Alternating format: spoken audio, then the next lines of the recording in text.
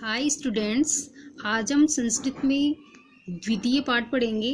पाठ का नाम है संघे शक्ति, अर्थात संगठन में शक्ति होती है। सर्वप्रथम इसकी भूमिका देखिए। नीति कथा साहित्य हितोपदेश है अन्यतम ग्रंथ है। अन्यतम का तात्पर्य होता है अनुपम। नीति कथा साहित्य में हितोपदेश अनुपम ग्रंथ है। एवं ही श्रूयते, इस प्रकार सुना जाता है। नारायण शर्मा नामा पंडित है। नारायण शर्मा नामक पंडित पाटलिपुत्राधिपति, पाटलिपुत्र के अधिपति अर्थात राजा के सुतान यानी राजकुमारों को नीति शास्त्रम बोधयितुम, नीति शास्त्र का ज्ञान करवाने के लिए इमं ग्रंथम रचयामास, इस ग्रंथ की रचना की। स्वयं मनोज्ञ प्रवाह में शैल्या, अपनी मनोहर प्रवाह में शैली के द्वारा अयम ग्रंथ है, इस ग्रंथ ने लोकेषु अति प्रसिद्धिम अवाप, संसार में अत्यधिक प्रसिद्धि को प्राप्त किया। सरल सरस भाषया अस्मिन् ग्रंथे, सरस और सरल भाषा के इस ग्रंथ में पंचतंत्र आदि ग्रंथा आधारीकृत्य, पंचतंत्र आदि ग्रंथों को आधार बना करके पशु कथा नाम संग्रहो अस्ति, पशु कहानियों का संग्रह किया गया है। हितोपदेशस्य चत्वार परिच्छेदा लभ्यन्ते, हितोपदेश के 4 परिच्छेद उपलब्ध होते हैं, जिनके नाम इस प्रकार हैं। मित्र लाभ, सुहृद भेद, विग्रह और संधि। प्रस्तुतो अयम पाठ, प्रस्तुत यह पाठ मित्र लाभ परिच्छेदस्य प्रथम कथाया संपादितो अंशो विद्यते। प्रस्तुत यह पाठ मित्र लाभ परिच्छेद की पहली कहानी का संपादित अंश है। अस्मिन् पाठे, इस पाठ में गुरुणाम अवज्ञाया, गुरुओं की उपेक्षा अर्थात गुरु का तात्पर्य क्या हो गया, बड़ों की अपेक्षा का, च और एकीभूयकृत प्रयास से, एकमत होकर के किए जाने वाले प्रयास का फलम वर्णितम अस्ति, फल वर्णित है।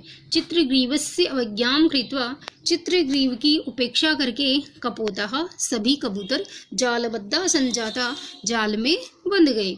पुनश्च और फिर चित्रग्रीवस्य उपदेशेन, चित्रग्रीव के उपदेश से एक चित्ती भूई, एक मत होकर, सहतीम आश्रित्य, एकता का सहारा लेकर, जालम आदाय एव उड्डिता, जाल को लेकर ही उड़ गए।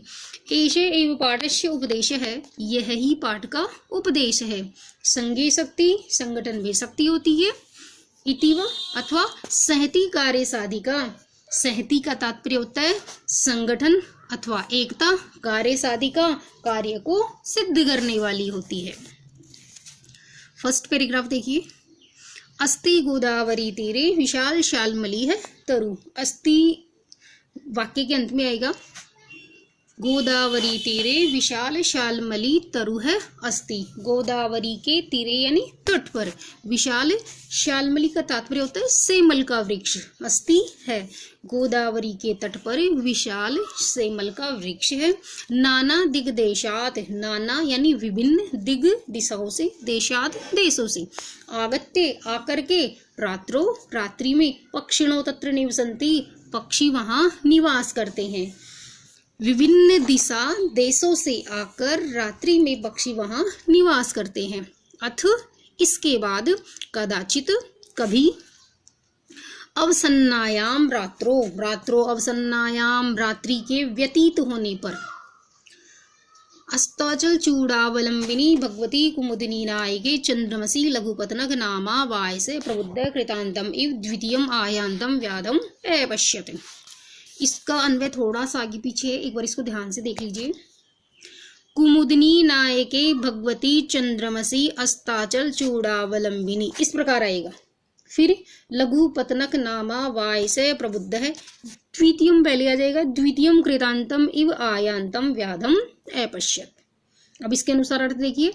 रात्रो अवसन्नायाम, रात्रि के व्यतीत होने पर, कुमुदिनी नायके, कुमुदनियों के स्वामी, भगवती चंद्रमसी भगवान चंद्रमा, अस्ताचल चूड़ावलंबिनी, अस्ताचल के, चूड़ा का मतलब होता है शिखर यानी चोटी पर, अवलंबिनी यानी लटके हुए थे, तदा तब, लघुपतनक नामा, लघुपतनक नामक वाय से, कोई नहीं, प्रबुद्ध है जाग कर, कृतांतम इव यानी यमराज की तरह, द्वितीयम दूसरे, आयांतम व्याधम अपश्यत आते हुए देखा।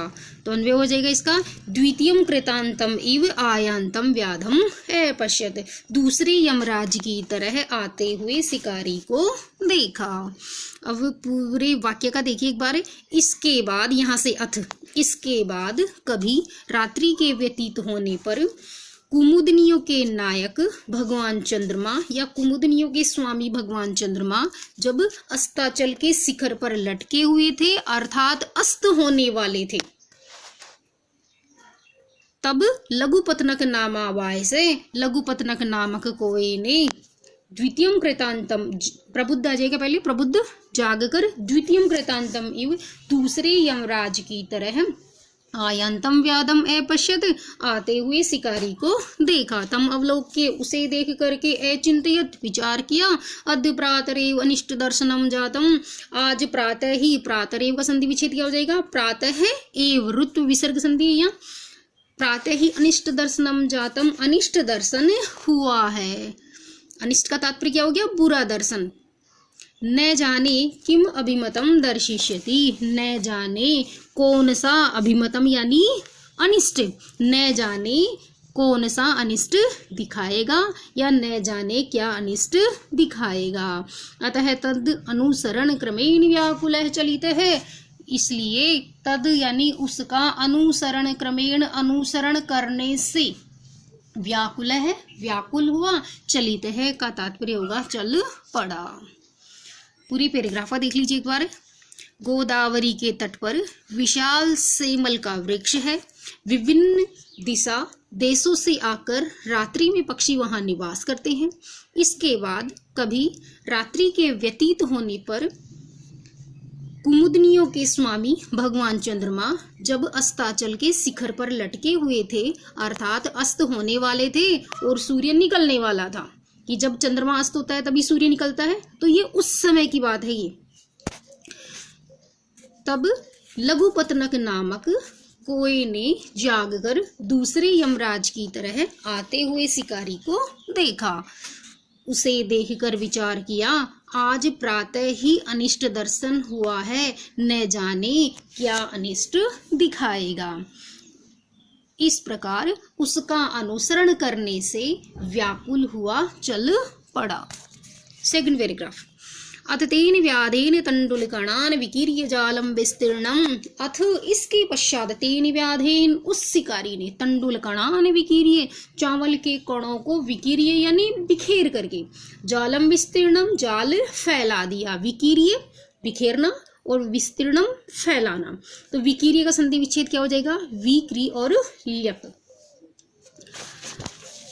आगे देखिए, सहज प्रच्छन्नो भूत्वा स्थित, और वह, पहले आ जाएगा और वह, प्रच्छन्नो भूत्वा यानी छुप करके स्थित बैठ गया। तस्मिन्नेव काले, तस्मिन्नेव का संधि विच्छेद क्या हो जाएगा, तस्मिन एव यानी उसी, काले समय, चित्रग्रीव नामक कपोतराज है, चित्रग्रीव नामक कपोतराज ने या कबूतरों के राजा ने से परिवारों परिवार सहित वियति आकाश में विसर्पण उड़ते हुए तान तंडुलकणान उन चावल के कणों को अवलोकियामास देखा।